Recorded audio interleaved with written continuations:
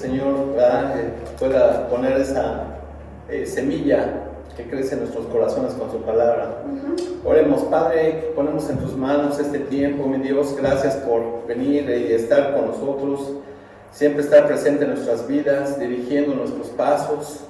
Y esta tarde, Señor, ponemos en tus manos esta clase, que bendiga a todo aquel que escuche tus palabras, porque queremos ser no solamente oidores, sino hacedores de tu palabra, mi Dios. Y Padre, ponemos este tiempo, tu Espíritu Santo nos enseñe y que esté con nosotros en este tiempo, Padre amado.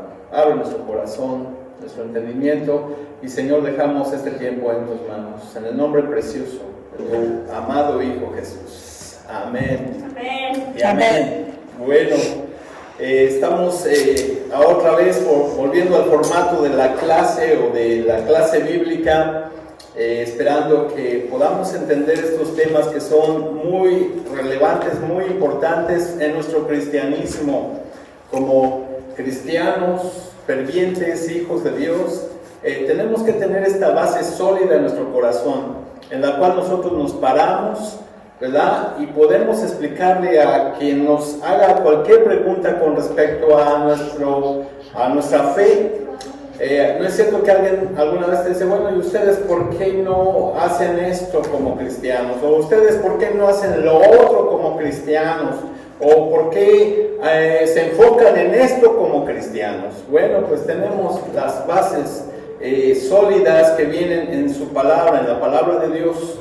Entonces, la base de la cual estamos nosotros ahora estudiando, ¿verdad? Está en Hebreos capítulo 6, versículo 1 y 2, que dice: por tanto, dejando ya los rudimentos de la doctrina de Cristo, vamos adelante a la perfección, no echando otra vez el fundamento del arrepentimiento de obras muertas, de la fe en Dios, de la doctrina de bautismos, de la imposición de manos, de la resurrección de los muertos y del juicio eterno. Es decir, que aquí están las doctrinas que estamos nosotros estudiando.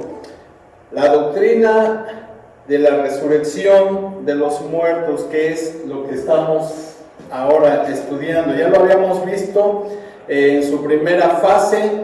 ¿Se acuerdan de la primera clase? Cómo el Señor está levantando en este preciso tiempo la cosecha. Sin embargo, ahora a donde vamos a entrar es en este tema que ya habíamos visto en la introducción, que es el tribunal de Cristo, que es dentro de lo que estamos viendo en la primera resurrección, el tribunal de Cristo. Y la pregunta que viene, bueno, ¿quién se va a presentar a dicho tribunal?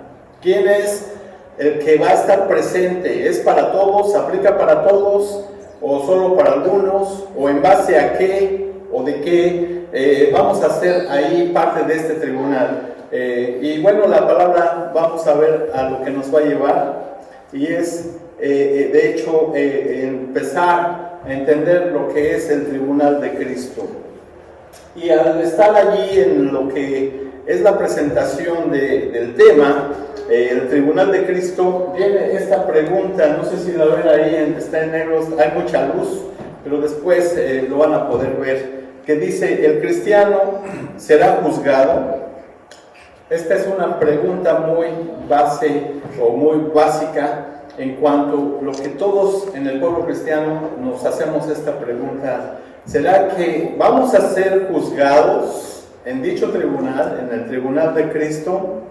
Bueno, ahorita, de acuerdo a cómo vayamos avanzando en las Escrituras, vamos a dar respuesta a esta pregunta: si el cristiano será juzgado. Bueno, como introducción, antes de comenzar, está esta parte que leí, se me hizo muy interesante, de aquellos que les gusta el básquetbol en las ligas profesionales, en la NBA. Aquel tiempo, por los años 90, había este entrenador muy famoso que se llama Cotton Fitzsimmons.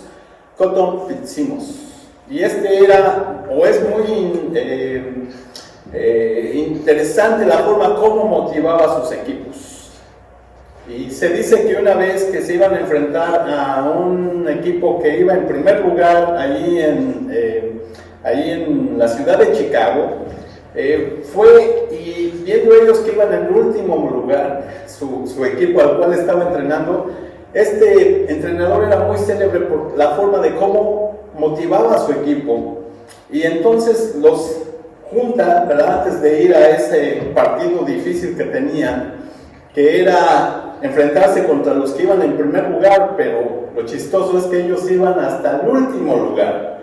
Y les dice a su equipo algo más o menos como esto: no se preocupen, borren de su mente que estamos en último lugar y finjan que vamos venciendo, somos vencedores, vamos a la punta y solamente nos separan unos cuantos puntos del primer lugar. Ustedes hagan, ¿verdad?, actúen como que si estuvieran cerca y están peleando el primer lugar con este equipo. Y entonces los motivó, y el resultado de esa noche fue de que les dieron una paliza como ustedes no se imaginan. Perdieron encima de toda la motivación que les dio este gran entrenador. Era muy efusivo, muy carismático, y los animaba y les decían: ustedes no tengan la mentalidad de derrota, ustedes son los que van a ir en primer lugar. Y sin embargo, esa noche perdieron el partido con un score o un resultado pues apaleado, vamos. Entonces él, molesto, ¿verdad?, estaba con esa incomodidad de haber perdido ese partido, y uno de su equipo viene y le dice: ¿por qué se molesta, entrenador? Dice: bueno, pues es que volvimos a perder. Dice la persona de su jugador, ¿verdad?, le dice: no se preocupe, entrenador, finja que ganamos. Entonces él los llevaba ¿verdad?, en la motivación a decir: finjan que vamos en primer lugar, finjan que ustedes son los que van a poder ganar este equipo, este partido. Hagan eso en su mente, prográmenla y finjan que ustedes van ahorita venciendo en una rancha vencedora. Finalmente el resultado fue negativo, y le dice este jugador: no se preocupe, coach o entrenador, finja que ganamos.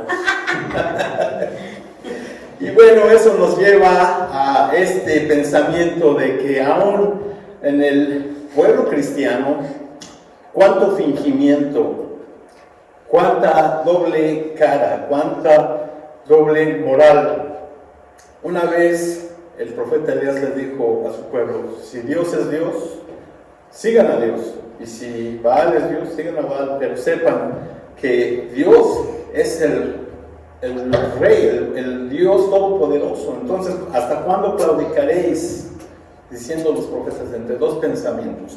Siempre es un fingimiento, pareciera ser que estamos correctamente, y es todo, somos grandes artistas en el acto de actuar.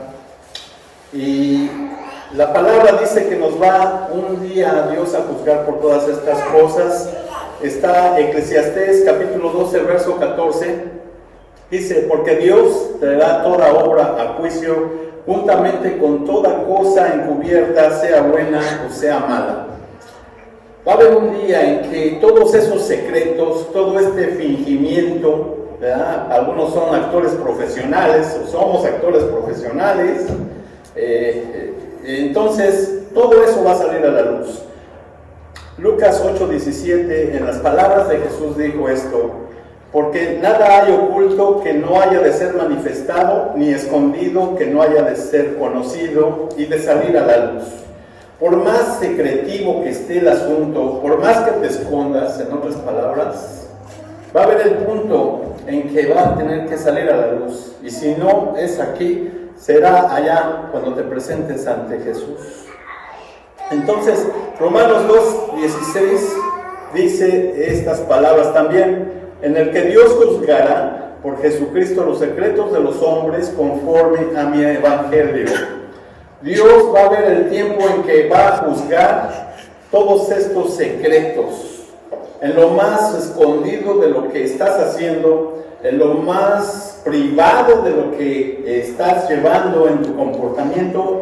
Dice aquí que va a haber este día, cuando Dios juzgará por Jesucristo los secretos de los hombres. Y no solamente eso, sino también otra escritura que nos lleva a este punto de contestar la pregunta que estábamos haciendo al principio. Está Hebreos 4:13, que dice: y no hay cosa creada que no sea manifiesta en su presencia, antes bien todas las cosas están desnudas y abiertas a los ojos de aquel a quien tenemos que dar cuenta. Todas las cosas están abiertas, no hay donde te puedas o podamos esconder. Todas estas cosas que pensamos que están ocultas o que no se ven, dice aquí que están abiertas ante los ojos de Dios. Entonces, si todo esto está abierto, si no hay manera de que podamos tú y yo fingir, porque podremos engañar al esposo, a la esposa, al amigo, a la madre, al padre, pero a Dios no lo podemos engañar. Entonces, volvemos a la pregunta que estábamos haciendo. En el tribunal de Cristo, el cristiano será juzgado. Y hay una poderosa razón que nos dice en la Escritura, que en Romanos 8:1 dice: ahora ninguna condenación hay para los que están en Cristo. Esto resuelve de que nosotros, al presentarnos en ese trono, en ese tribunal ante Jesús, no va a aplicar dicho juicio, ya que si iba a haber un juicio para el cristiano, ese juicio quedó arreglado en la cruz del Calvario, cuando Jesús fue y dio su vida por nosotros. Si íbamos a pasar por un juicio nosotros, eso quedó solventado, liquidado, ¿verdad? Arreglado, cuando Jesús fue a la cruz y entregó su vida por ti y por mí. Entonces, ahora viene el libro de Romanos, el apóstol Pablo, y te dice: ahora ninguna condenación hay para aquellos, ¿verdad?, que están en Cristo Jesús. Entonces ya esa condenación o ese juicio ya no aplica para ti, para mí, pero no por eso vamos a dejar de presentarnos ante el tribunal de Cristo, es decir, dar cuentas. Bueno, entonces tenemos que esta doctrina que vamos a estar estudiando, vamos a cubrir una buena parte de terreno escritural, pero esto es por la bendición de tener un parámetro, ¿verdad?, diagrama completo de todo lo que el Señor tiene para enseñarnos. Dice Hebreos 9:27: y de la manera que está establecido, ¿verdad? Todo tiene un orden y tiene una razón de ser. Dice: de la manera que todo está establecido para los hombres que mueran una sola vez, y después el juicio. Todos, una vez que tengamos que abandonar este mundo terrenal, vamos a tener que presentarnos como cristianos ante este juicio o este tribunal, pero no es el juicio de condenación, sino que es un lugar donde vamos a dar cuentas de lo que hayamos hecho, sea bueno o sea malo. Entonces, la pregunta es: ¿por qué el tribunal de Cristo? Porque si ya dijimos que no hay condenación, si ya dijimos que el juicio fue arreglado allí en la cruz del Calvario, entonces, ¿por qué este tribunal de Cristo? Bueno, hay razones poderosas del por qué tenemos que presentarnos ahí, y ya hay las bases bíblicas que empiezan ahí en Juan 5, 22 y 27. En Juan 5, 22, 27 dice: porque el Padre a nadie juzga, sino que todo el juicio dio al Hijo. Todo el juicio dio al Hijo. Y también le dio autoridad, verso 27 de ese capítulo 5 de Juan. Y también le dio autoridad de hacer juicio, por cuanto es el Hijo del Hombre. Entonces tenemos a Dios, ¿verdad?, que se está haciendo a un lado de la película, de la escena, y le dice al Hijo: a ti te pertenece hacer el juicio. Es tuyo, es tu juguete, no mío. Entonces ahí está Dios haciéndose a un lado, y dice, de acuerdo a estas escrituras, que Dios le dio todo el juicio al Hijo. Amén. ¿Ok? Bueno, Hechos 17:31 dice: por cuanto ha establecido un día el cual juzgará al mundo con justicia, Un día va a venir este juicio con justicia, dice, porque aquel varón a quien designó, dando fe a todos con haberle levantado de los muertos. Es decir, que un día va a haber justicia. Nosotros cuántas veces no hemos estado quejándonos, qué injusto es este mundo, qué injusto es mi jefe, mira cómo me trata, qué injusta es mi esposa, o mi esposo, o mi amigo, pura injusticia. Pero dice aquí que un día ha establecido Dios, el cual juzgará con justicia al mundo. Pero este es un mundo general. Ahora estamos enfocándonos al juicio de aquel donde vamos a estar presentes tú y yo como cristianos, hijos de Dios. Segunda de Timoteo 4, del 1 al 2, dice: te encarezco delante de Dios y del Señor Jesucristo, que juzgará a los vivos y a los muertos. Nuevamente tenemos referencias bíblicas de que Jesucristo es el que va a juzgar a los vivos y a los muertos. Dice, en su manifestación y en su reino. Cuando venga Jesucristo, entonces el juicio le pertenece a Él. ¿Ok? Eso es lo que tenemos que tener bien mentalizado como cristianos, hijos de Dios. Que todo el juicio le pertenece a Jesús, y cuando Él venga, Él se manifieste, entonces juzgará a los vivos y a los muertos. ¿Ok? Que dice, y además le dice, te encarezco que prediques la palabra, que instes a tiempo y fuera de tiempo, redarguye, reprende, exhorta con toda paciencia y doctrina. Mientras tú estés vivo, esa es nuestra función, que tenemos que, ¿verdad?, compartir la palabra, exhortar, animar y reprender y hacer lo que tengamos que hacer al fin de que todo aquel que escuche la palabra venga al arrepentimiento y no se vaya a condenación. Entonces, estas son las bases en las cuales estamos nosotros parándonos en lo que está sucediendo con el dicho juicio que va a suceder. Primera de Pedro, capítulo 4, verso del 3 al 5, dice: baste ya el tiempo pasado para haber hecho lo que agrada a los gentiles, andando en lascivias, concupiscencias, embriagueces, orgías, disipación y abominables idolatrías. A esto les parece cosa extraña que vosotros no corráis con ellos en el mismo desenfreno de disolución y os ultrajan. Pero ellos darán cuenta al que está preparado, ¿verdad?, para juzgar a los vivos y a los muertos. Entonces vuelve otra vez esta idea de este juicio que va a suceder. Aquellos que corren con ese estilo de vida, ¿verdad?, que está en toda esta característica y viene en todo este menú de pequeños pecadillos, ¿verdad?, deleites, gozo temporal. Dice que todos los que practican todas estas cosas, dice, pero ellos darán cuenta y ya vendrá ese juicio eterno para ellos. Pero entonces, volviendo nosotros al tema que nos ocupa el día de hoy, entonces, ¿cuáles son las referencias? ¿Cuáles son las referencias bíblicas de dicho juicio, que es el tribunal de Cristo? ¿Ok? No nos perdamos. Por un lado está el tribunal de Cristo y por el otro lado está el juicio que va a aplicar a aquellos que han decidido rechazar a Cristo y no tener nada que ver, no obedecerle, no escucharle, y yo vivo para mis propios deleites y gustos. Mientras yo dejo en segundo lugar la salvación que Cristo ha preparado para todo aquel que quiera recibirla. No es para todos, seamos honestos, pero para todos aquellos que deseen recibir a Jesús como su Salvador, para ellos aplica esta bendición.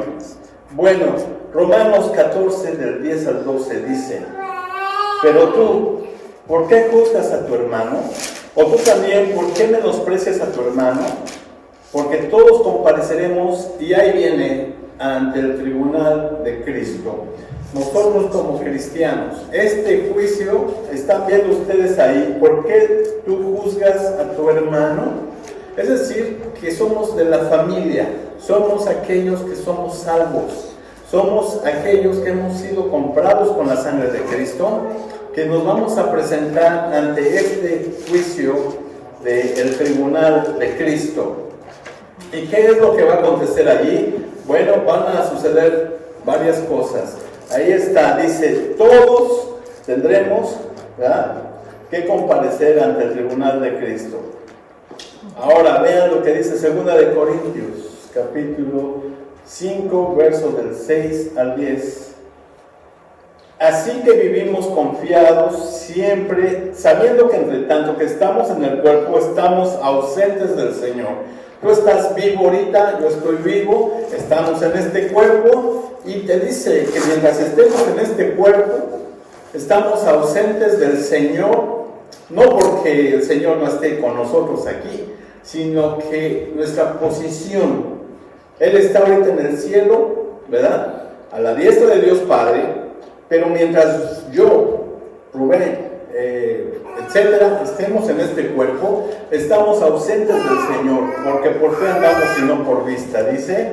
Pero el verso 8 dice, pero confiamos y más quisiéramos estar ausentes del cuerpo y presentes al Señor. Cuando estamos ausentes de este cuerpo, quiere decir que este cuerpo quedó inerte. Hemos muerto terrenalmente, pero estaremos presentes ante el Señor. Mientras estamos en este cuerpo, estamos ausentes del Señor. Verso 9. Por tanto, procuramos también, o ausentes o presentes, serle agradable. Esto es clave. O presentes con el Señor si ya te fuiste, o ausentes si estás todavía aquí, procuramos serle agradables. Verso 10, porque es necesario que todos nosotros comparezcamos ante el tribunal de Cristo. Ahí está todo subrayado para que no nos perdamos. Es necesario que todos comparezcamos ante el tribunal de Cristo. ¿Para qué nos vamos a presentar ante el tribunal de Cristo? Ahí está la respuesta. Ahí dice el para qué. ¿Para qué? Dice, para que cada uno reciba. Para que cada uno reciba. La razón del cual nos vamos a tener que parar ante el tribunal de Cristo es para recibir. Tú y yo vamos a recibir. Vamos a recibir un regalo, una recompensa de Cristo para ti. Y ahí dice, según lo que hayas hecho mientras estabas en el cuerpo, sea bueno o sea malo. Entonces, vamos a estar ante el tribunal de Cristo, ¿verdad? Y vamos a recibir, mientras lo que hayamos hecho, mientras estábamos en el cuerpo, sea bueno o sea malo, eso es lo que vamos a recibir. Vamos a ver en base a qué aplican estos criterios. 1 Corintios 3, del 9 al 15, es la siguiente escritura que tenemos con respecto a este tribunal. Dice, porque nosotros somos colaboradores de Dios y vosotros sois labranza de Dios, edificio de Dios. Me detengo tantito para permitir que vayan haciendo sus apuntes en las escrituras. Pero hay algo aquí que me emociona tremendamente en este primer verso, en el capítulo 3, verso 9, que dice, porque nosotros somos colaboradores de Dios. Nosotros, tú y yo, somos colaboradores de Dios. Es decir, que Dios y tú estamos trabajando en equipo. Estamos haciendo una obra, que la obra es de Dios, pero no solamente estás tú solo, sino que estás con Dios trabajando, ¿verdad? Somos colaboradores de Dios y vosotros sois labranza de Dios, edificio de Dios. Vean, edificio de Dios. Entonces ya aquí estamos viendo una segunda parte de lo que está aconteciendo. Tú y yo estamos en asociación con Dios, trabajando en la obra de Dios, pero este es un edificio que le pertenece a Dios. No es tu edificio, no creas que sin ti se cae, como a veces tenemos la mentalidad que si no voy a trabajar se cae la compañía, ¿verdad? Porque hay gente así, que bien, yo conozco varios, que no dejan de ir porque piensan que sin ellos la compañía se va para abajo. Sin embargo, aquí, ¿verdad? Está el trabajo y está Dios trabajando y estás tú, ¿verdad? En equipo con Él y estás edificando. Bueno, verso 10 dice, 9 para que agarremos el hilo, porque nosotros somos colaboradores de Dios y vosotros sois labranza de Dios, edificio de Dios, conforme a la gracia de Dios que me ha sido dada, yo como perito arquitecto, ahí está, Pablo, yo como perito arquitecto, pues el fundamento, puse el fundamento y otro edifica encima, pero cada uno mire cómo sobreedifica. Este verso es clave. Este verso es clave para poder entender lo que va a aplicar en el tribunal de Cristo. Dice, conforme a la gracia de Dios que me ha sido dada, yo como perito arquitecto puse el fundamento y otro edifica encima, pero cada uno mire cómo sobreedifica. Cada uno mire cómo sobreedifica sobre el fundamento, que es ¿quién? Es Cristo el fundamento. Ahora, porque nadie puede poner otro fundamento, el verso que sigue, porque nadie puede poner otro fundamento que el que está puesto, el cual es Jesucristo. Y si sobre ese fundamento ahí viene alguno edificare oro, plata, piedras preciosas, madera, heno o hojarasca, y la obra de cada uno se hace manifiesta, o se hará manifiesta, porque el día la declarará, pues por el fuego será revelada, y la obra de cada cual sea por el fuego, la probará. ¿Verdad? Vamos a leerlo de nuevo, porque esto es muy interesante. Oro, plata. Es oro, ahí está, es oro, plata, piedras preciosas, madera, heno y hojarasca. Son seis elementos aquí, 6 materiales. El número del hombre. Ajá. Entonces, verso 12, ahí está lo que estamos edificando mientras estamos en este cuerpo. Esto aplica para todos los cristianos que estamos trabajando, estamos perseverando y todos estamos edificando de una forma o de otra. Pero no todo aplica para todos. Unos están edificando sobre oro, otros sobre plata, otros sobre piedras preciosas, otros sobre madera, sobre heno y hojarasca. Ahora el verso que dice, el siguiente dice, la obra de cada uno será manifiesta porque el día la declarará, pues por el fuego será revelada, y la obra de cada uno, cual sea el fuego, la probará. Es decir, que tú estás edificando en oro, y lo que sucede con el oro, que cuando le aplican el fuego sale más refinado, más brillante, más fino. Es un metal, es resistente al fuego. Y así sucesivamente, la plata, las piedras preciosas tienen que ser purificadas con el fuego, y allí, ¿verdad?, el producto final tiene un acabado verdaderamente bueno que el fuego le dio a través de su proceso. ¿Y qué sucede si estás edificando en madera, en hojarasca o en heno? Bueno, si tú le aplicas al fuego a estos materiales, ¿cómo queda la obra? Si tú le aplicas fuego a este púlpito, vamos a decirlo, es de madera, ¿cómo quedaría? Se deshace, queda carbonizado. Entonces, ahí estará, dice verso 14, si permaneciere la obra de alguno que sobreedificó, recibirá recompensa, si permaneciere la obra. Si bien el mismo será salvo. Quiere decir que la obra tiene que ser... La obra tiene que ser pasada por fuego. Es decir, viene Jesús, te paras frente a Jesús, y allí, frente a Jesús, se va a descubrir todo lo que hiciste en el cuerpo, siendo bueno o sea malo. Entonces, allí, toda la obra que nosotros hicimos será revelada y el fuego la va a probar. Es Jesús, en una de sus figuras en Apocalipsis dice que tiene ojos como de fuego. Entonces, tan solo a la presencia de Jesús, toda la obra va a ser revelada.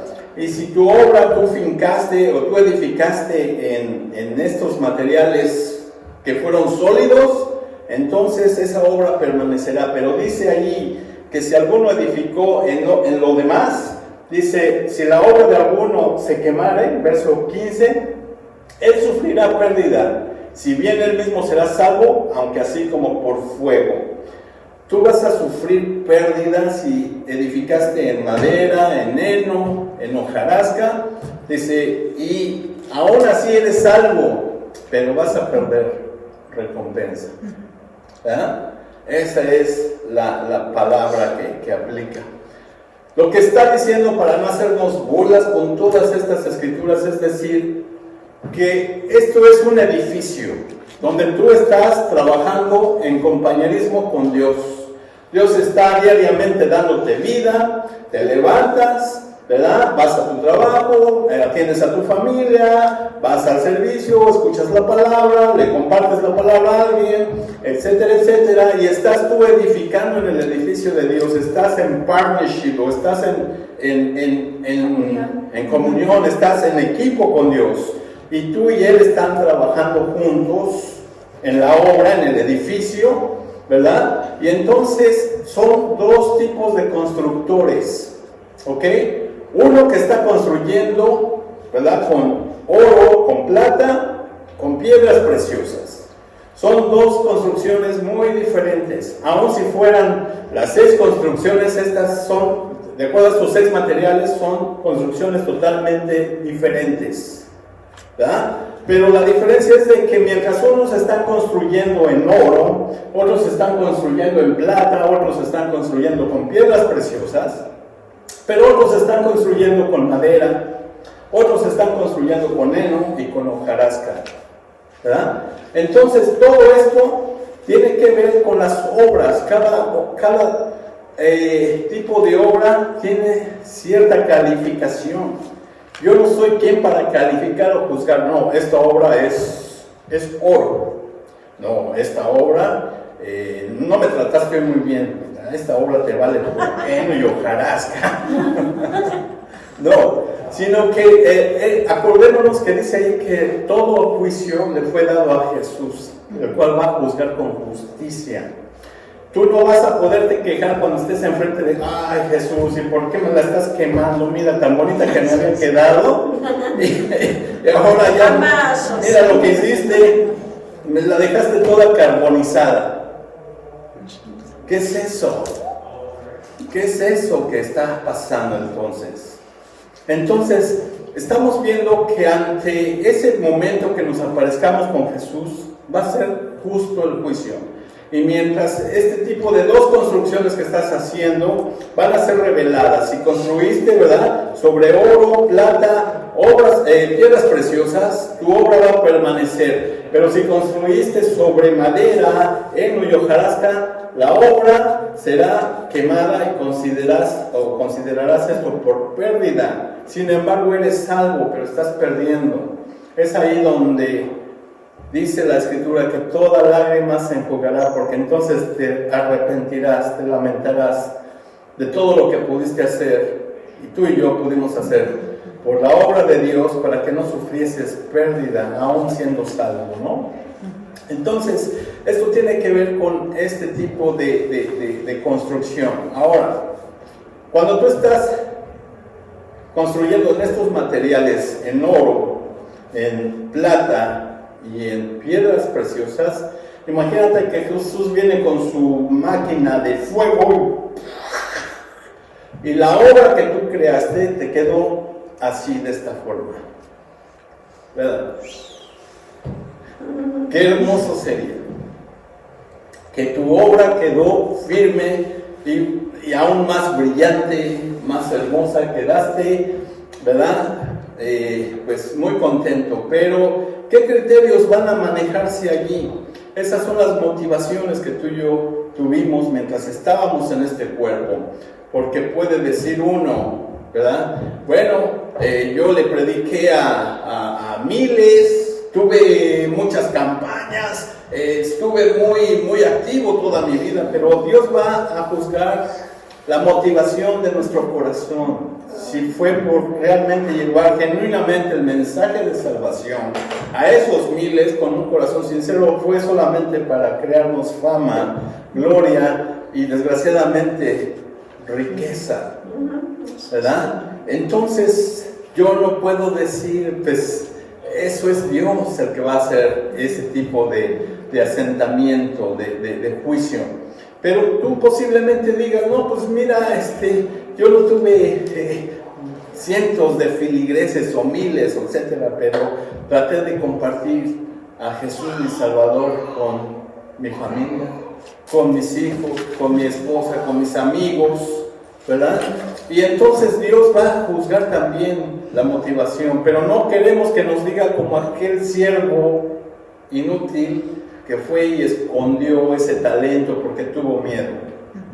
Entonces está sufriendo pérdida porque dice, denle a quítenle ese talento a este que ganó 10 y dénselo al que ganó más.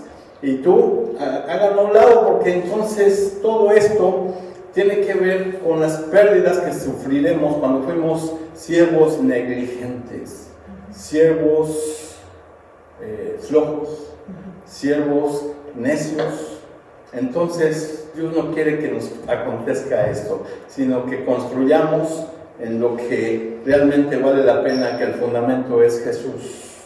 Entonces, aquellos que construyeron en oro, plata, ¿verdad?, y piedras preciosas, al final la obra permaneció y quedó brillante, quedó hermosa. Pero aquellos que construyeron en madera, en heno y hojarasca, ¿qué le pasa si tú le aplicas fuego a esta construcción?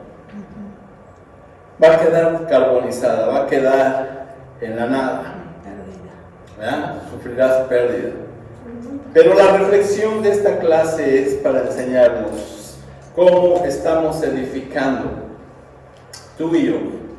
Estamos edificando sobre oro, sobre plata, sobre piedras preciosas, o estamos edificando con madera, con heno o hojarasca. Bueno, esa es ya una respuesta muy personal tuya y del Señor, pero que nos motive para dar nuestro mejor esfuerzo con todo nuestro amor y podamos servirle diligentemente a aquel que nos ha amado, al que nos ha comprado, nos ha salvado con su sangre preciosa, Jesús. Entonces, yo te voy a animar a que nos esforcemos a servirle con lo mejor, al 100%.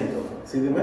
Sí, ¿cómo podría ser entonces edificamos sobre Cristo? Ajá. ¿Cómo podrías ayudar a una persona para que siempre esté tratando de sobreedificar sobre esos materiales que probados por fuego sean llevados a la excelencia? Yo, a esa pregunta, ¿cómo podríamos sobreedificar en Cristo de tal manera que podamos tener esos materiales que sean buenos resultados? Bueno, la Escritura nos da un ejemplo muy gráfico cuando Jesús enfrentó a ese mundo religioso, ¿se acuerdan? A los fariseos que seguían los rudimentos, las tradiciones de la ley, y entonces se volvió algo ya rutinario, algo mecánico y algo que estaba vivo pero estaba muerto. Es decir, que tenían tradiciones y a las tradiciones le ponían más peso y seguían todo ese tipo de religiosismo. Sin embargo, el resultado fue al final cero, fue nada de los ojos de Jesús, porque ¿qué les dijo Jesús? Sepulcros blanqueados, ustedes son hipócritas, generación perversa, incrédula. Y finalmente ese fue un encontronazo.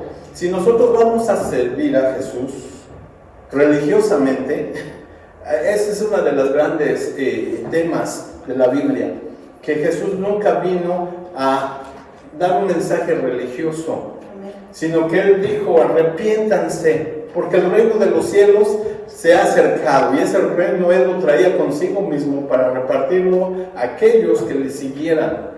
Entonces nosotros, como pueblo cristiano, hijos de Dios, seguimos a Jesús, somos discípulos de Él, sin el religiosismo, sin aquello que nos aparta, sin aquello que nos aleja de Dios, porque el primero que estuvo en contra de este tipo y este estilo fue Jesús. Entonces, ¿cómo podemos motivarnos a servirle sin religiosismo? Bueno, siguiendo sus enseñanzas, orando cada momento en que nos dé Dios revelación. Somos gente que le pedimos: Señor, pon en mí lo que me falta. No me la sé yo de todas. Yo necesito ser guiado por ti. Porque el momento en que tú te creas autosuficiente, en el momento en que tú creas que ya nadie te puede enseñar, entonces estás edificando en todo eso que no vale la pena. Y nosotros somos guiados por el Espíritu de Dios. Tenemos la mente de Cristo. Entonces, eso es a lo que nos lleva la palabra. Para poder edificar en piedras preciosas, o en oro, o en plata, en lo que va a permanecer, es lo que dice Jesús el consejo: sean, ¿verdad?, hacedores de la palabra y no solamente oidores. Hay muchas bases por las cuales nosotros podemos edificar en este tipo de materiales que van a estar allí. Mientras estemos edificando, escuchando la palabra, pero no solamente escuchándola, sino, dice, haciéndola, ser activos, ¿verdad? No solamente respondiendo a la necesidad cuando esta ya pasó, sino estar viendo la necesidad de otros y estar proactivos. Entonces estamos moviéndonos en ser hacedores de la palabra y no solamente oidores olvidadizos de la palabra, porque son dos cosas muy diferentes. Yo puedo escucharla, pero no la puedo actuar ni vivir. Entonces Dios nos está dando siempre en su provisión diaria ese espíritu de su palabra en nuestras vidas, de tal forma que cuando venimos y actuamos y aplicamos esa palabra en nuestros corazones, primeramente estamos edificando. Nunca olvidemos que es ese principio, que estamos edificando. ¿Y cómo edificamos? Edificamos en nuestra familia, en nuestra esposa, en nuestro esposo, en nuestro amigo, en nuestros hijos, en la iglesia. Entonces estamos siempre edificando, pero ojo, hay que ver cómo edificamos, porque aún podemos estar en la iglesia, pero si estamos cuchicheando, el gossip que dicen en inglés, ¿verdad?, entonces no estás edificando en el fundamento que es Cristo, porque Él dijo, ¿verdad?, que no nos estuviéramos acusando, no estuviéramos juzgándonos, sino que nos amáramos los unos a los otros. Ama a tu prójimo, dice, pero ama a Dios, ¿verdad?, pero y a tu prójimo como a ti mismo. Entonces son muchos los consejos de Jesús que nos llevan a edificar en ese tipo de materiales que van a permanecer. Yo te invito a que pensemos cómo estamos edificando o sobreedificando sobre este fundamento que es Cristo, nuestro Salvador, nuestro Señor, nuestro Rey. Amén. Oremos. Padre amado, gracias te doy por este tiempo. Señor, tu palabra es abundante, es rica, mi Dios.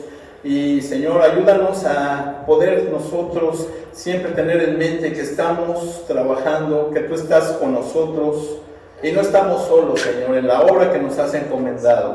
Padre, que cuando tú vengas podemos escuchar esas palabras que digan: buen siervo fiel, entra el gozo de tu Señor. En lo poco me fuiste fiel, en lo mucho te pondré. Señor, y esa es nuestra oración para la iglesia, para aquellos que han sido salvos y los que serán salvos, Señor, en tu palabra, que podamos entrar a ese gozo eterno, Padre, y que la obra permanezca. No queremos sufrir pérdida, Señor, pero solamente tú, que eres el justo, tú que eres el Dios bueno, Padre, podrás llevarnos y guiarnos más allá de la muerte, Jesús. Padre, dejamos en tus manos nuestros sentimientos, nuestros pensamientos y motivaciones. Señor, corrige todo ello y, Padre, aplica tu corazón, nuestra vida, Señor. Ayúdanos a hacer tu voluntad, Padre, y no seguir nuestra visión, nuestros sentimientos, porque solamente nos perderemos o nos alejaremos más de ti. Pero queremos ser aquellos siervos que fueron oidores y hacedores de tu palabra. Seguirte, Señor, firmemente y cercanamente. Dejamos en tus manos a todos aquellos que han de escuchar, Padre, y que en este tiempo son tiempos muy cruciales, son tiempos donde tenemos que afirmarnos en esta fe, Señor, que tú eres nuestro Dios, nuestro Salvador, y que no hay ningún hombre debajo del cielo dado a los hombres en el cual podamos ser salvos, sino solamente y únicamente en el precioso y poderoso nombre de Jesucristo, nuestro gran Dios y Salvador. Señor, dejamos este tiempo, Padre, y en esta semana que continúa, sé con nosotros, ve con nosotros en nuestra salida, en nuestra entrada, Padre, y sobre todo, Señor, tu provisión eterna y seguridad en ti, Señor, saldremos a nuestras actividades. Provee, Padre, para el necesitado. Señor, sana al que está dolorido, al que está en un lugar de enfermedad, Señor, sánales, Padre, con tu gracia y con tu poder. Y, Señor, así dejamos a cada uno de nosotros en tus manos al comenzar esta semana en tu nombre, en el poderoso nombre de tu Hijo amado Jesús. Amén y amén.